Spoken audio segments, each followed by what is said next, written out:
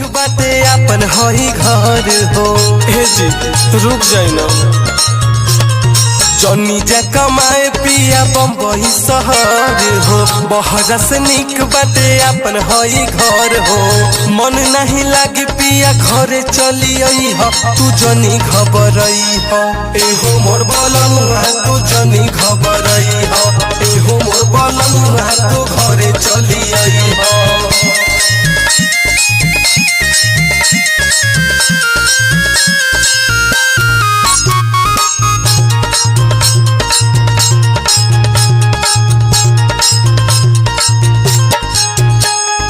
फोनवा लगा के सैया रोज बतियई हो।